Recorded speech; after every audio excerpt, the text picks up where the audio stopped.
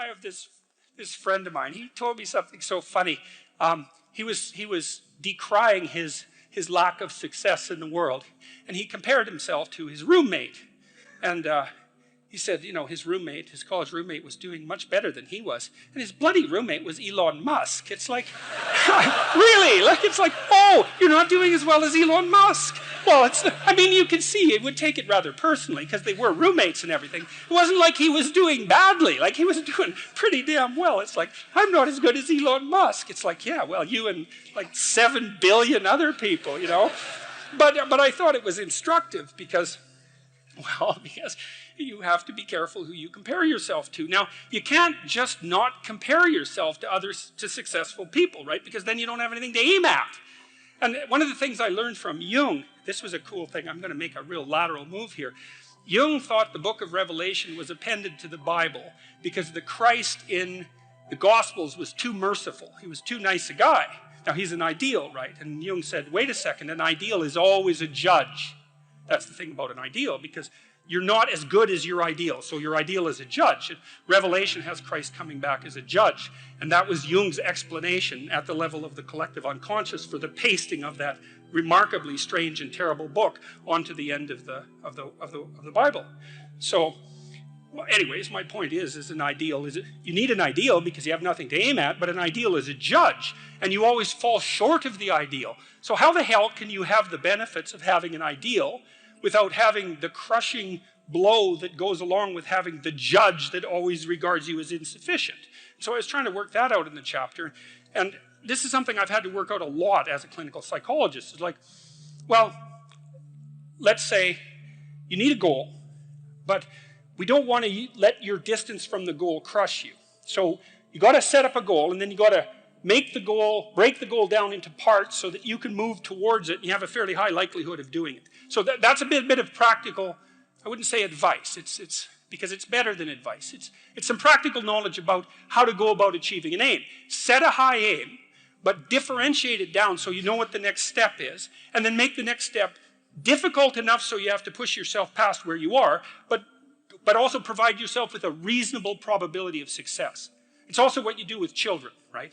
You want to push them because they need to grow up and be more than they are, right? But you don't want to crush them with constant failure. So what you do is aim high and make the goal difficult but proximal. So anyways, so that's one way of looking at it. But then the next thing is, you know, I've had many clients in their 30s who are trying to, this is more true with women, I would say.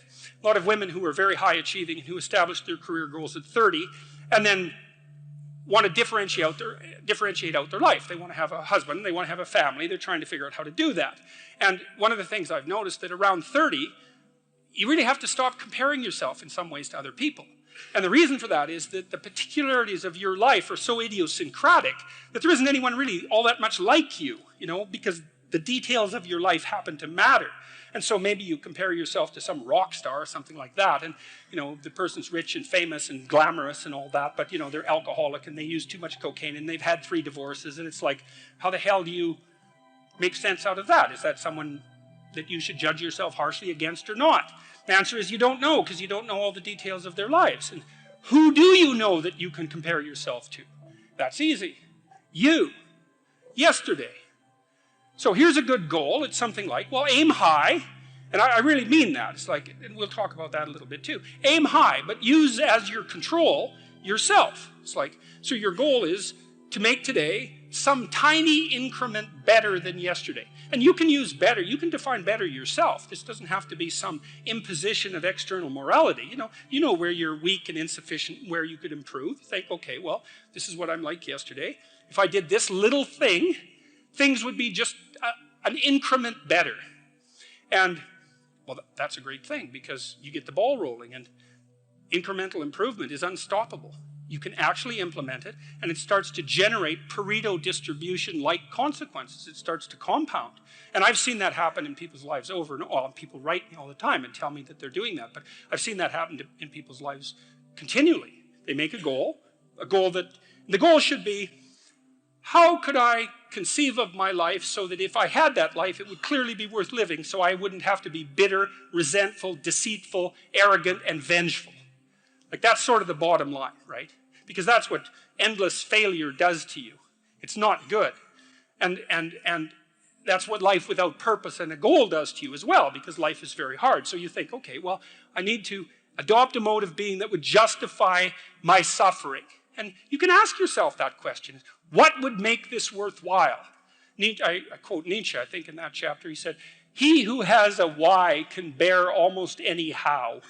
That's a lovely line, man. I mean, it's a lovely line. And it's really worth thinking about. So you think, well, how do I manage all this misery and suffering and futility? It's like, well, I need to figure out what I would have to do in order to make that clearly worthwhile. And so then you have your goal, and then you think, well, I need to move towards that incrementally because I'm kind of useless and can only do so much and maybe not even that. But all I have to do is be a little bit better than my miserable self yesterday. And that'll propel you forward very rapidly. And you can succeed at it, which is also really lovely, because why not set yourself up for success, because otherwise you'll droop around like a number 10 lobster, and, that's just not good. You get all pinchy when that happens, and it's not a good thing. There's this cat that lives across the street from us called Ginger, and Ginger's a Siamese cat. And cats really aren't domesticated. Technically speaking, they're still wild animals, but they kind of like people. God only knows why, but they do, And so Ginger will come wandering over, and our dog looks at her, but they're friends. And then she'd kind of mosey over and let you pet her if she was feeling like it that day. And, you have to look for that little bit of sparkling crystal in the darkness when things are bad. You have to look and see where things are still beautiful and where there's still something that's sustaining. And, you narrow your time frame, and you be grateful for what you have, and that can get you through some very dark times. And maybe even successfully if you're lucky. But even if unsuccessfully, then maybe it's only tragic and not absolute hell. And you can do that, in the worst situation. You can make it only tragic and not hell. And there's a big gap between tragedy and hell. There's nothing worse at a deathbed than to see the people there fighting.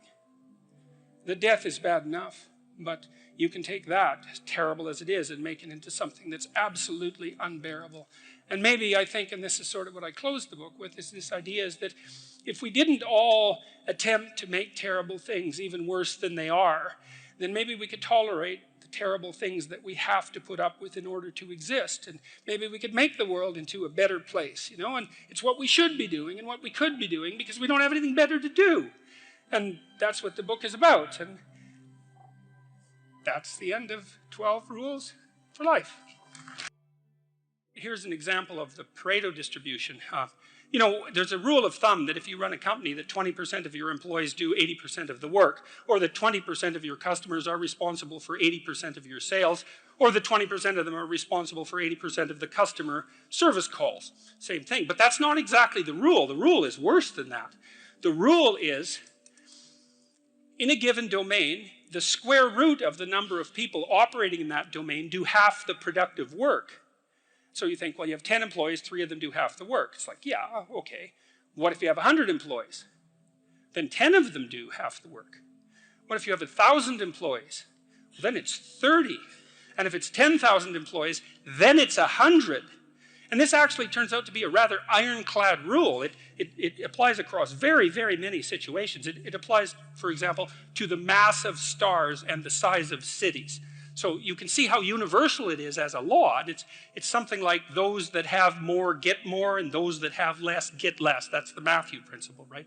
To those who have everything, more will be given. From those who have nothing, everything will be taken away. And the economists sometimes call that the Matthew principle. And so what that lays out is a world that's rife with inequality. So you hear this idea that I think it's the 85 richest people in the world have more money than the bottom 2 billion. That's a Pareto distribution phenomena. And you might say, to hell with capitalism for producing that. It's like, sorry, you got your diagnosis wrong. It's a natural law. It's no matter what society you study, you get a Pareto distribution of wealth. You get a Pareto distribution of number of records recorded. You get a Pareto distribution of number of songs written or goals scored. Like any creative product has that characteristic. And it's partly because as you start to become successful, let's say, people offer you more and more opportunities. And as you start to fail, people move away from you and you plummet. And so Okay, so that's rough. So what it means is that there is always a landscape of inequality. And I'm not saying that we shouldn't do anything about it, although I am saying that we don't know what to do about it. That's the thing, because you can modify the Pareto distribution of wealth, let's say, but we don't know how to do it without maybe disrupting the system so completely that it collapses, which is what happened in the Soviet Union, for example, and in Maoist China. They were trying, at least in principle, to adjust inequality. But the cure was far worse than the disease. And the truth of the matter is, we actually don't know technically how much inequality there has to be to generate wealth. We can guess, and you could say, well, there should be less, and you might say, well, there should be more. If you're left-wing, you'd say less, and if you're right-wing, you'd say, well, we'll just let the inequality flourish. But we do know that it's inevitable, and we also know that we don't know how to regulate it. So, there is inequality. What that means is there's always going to be people around that are better at something than you are. And that's a problem, because you can get jealous, and you can get bitter, and you can get resentful, and worse, you can get hopeless.